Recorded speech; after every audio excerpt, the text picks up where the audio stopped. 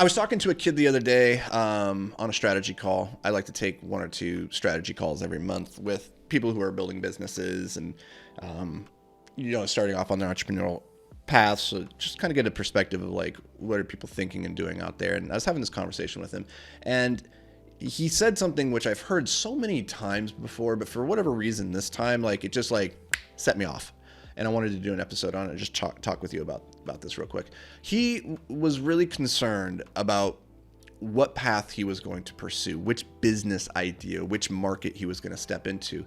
And he was asking interesting questions, but he was getting hung up on the stupidest question of all, which is, it's not even really a question, but the fear that he had was like, what if I pick something that doesn't scale? And the truth is, like, that's the worst question to ask at this point in your journey when you're brand new. Is like, don't pick the opportunity that scales. First of all, if you're a brand new entrepreneur, you've never built a business, it doesn't matter if it can scale or not. You don't have any of the skills that are going to allow you to scale it.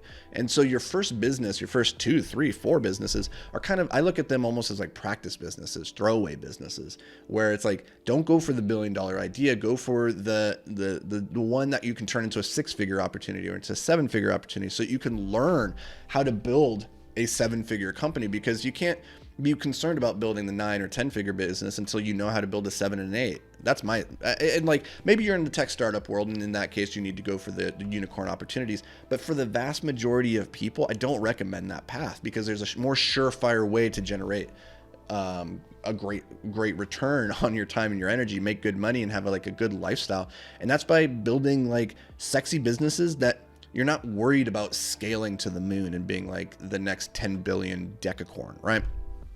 So instead of that question, instead of focusing on like, can this scale, the real question is like, do you have the skills that can scale the business? And so go work on those first, rather than worrying about whether or not you have the right idea. And to that end, I believe that you can scale any business opportunity. Like, there are, $100 million roofing companies. There are $100 million landscaping businesses. There are $100 million dentist office, right? Like, any business can be scaled to $100 million. But the secret to scaling in the beginning, and to this gentleman's question about like which opportunity, I'm like, pick one, and then you need to go in there and not worry about scaling, because the things that will enable you to scale are the things that fundamentally do not scale. So what I mean about that is like, do things that don't scale, and that leads to scale. So here's an example. When we were building Escape Climbing and we were in the middle of Operation Cannonball, this is an idea where in nautical times, if you were on a boat and you saw a boat coming at you, they might be pirates, you might want to fight them, and you would be a fool to start firing your cannonballs at them, right? Because the reason is you haven't triangulated the angle of attack yet, and so a lot of your cannonballs they're gonna miss. By the time you finally zero in on your target, because you don't have an unlimited supply of cannonballs, you might run out. And so the better path, because you can carry more bullets on your boat, is to fire bullets and use those to triangulate the angle of attack, and then fire your cannonballs. Okay, so this is proving first that there, in a company or business parlance, that there is product market fit.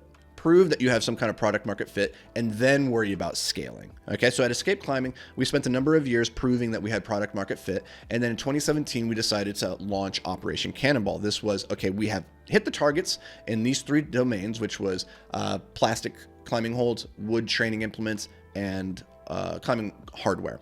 We knew we had product market fit in those 3 areas. Now it was a matter of scaling and getting to a large enough size that we could take a meaningful part of slice of the market share, right? Now, to scale those 3 things, we had to do a lot of things that didn't scale. In particular, one of the things on the marketing side that we did to go from doing $300,000 a year to doing $3 million a year was, and this was just like in the span of a year or 2, the thing that I did was we went every single day to social media, in particular Instagram, because that is where a lot of our target audience lives, and we engaged on hundreds and hundreds of pieces of content that are avatars were putting out there. They were climbing and they were sharing their climbing videos, and we'd go in there. It's like, that's an awesome video. Hey, have you done this climb there? Have you gone to this restaurant? Have you checked out this hostel? We would go in there and we would add value. And we would do that through the company's brand, Escape Climbing. And so hundreds of times every single day, we would be leaving these comments, and this is effectively going one-to-one to our customers, our ideal customers, and we weren't selling them. We weren't pitching them our products. We were just adding value in being present. And then the result of that is they would get curious and they'd click, and then they'd look at our Instagram and they go, oh, you guys are doing this stuff. Let me go look at the website. And then that would lead to sales. Remarkable. And if nothing else, it would lead to goodwill, because now we're engaging with them, part of the community, and they see us as part of their network, right? This is how we scaled our marketing engine, to the point where we actually had to stop our marketing engine because we couldn't keep up with the demand on the manufacturing and operations side. It was a good problem to have, but we got to that place by doing things that fundamentally did not scale.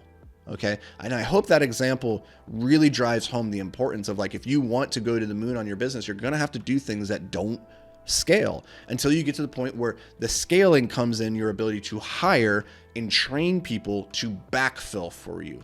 I only have so many hours in a day I can go and like leave comments on Instagram, right? But I can hire a guy to do that. I can hire 2 guys to do that. And that is where the scale comes. So hopefully this helps reframe a little bit of maybe what your expectations are for how to scale a business, because in the beginning, until you get to honestly, this still works as we are on the cusp of a 9-figure real estate private equity firm.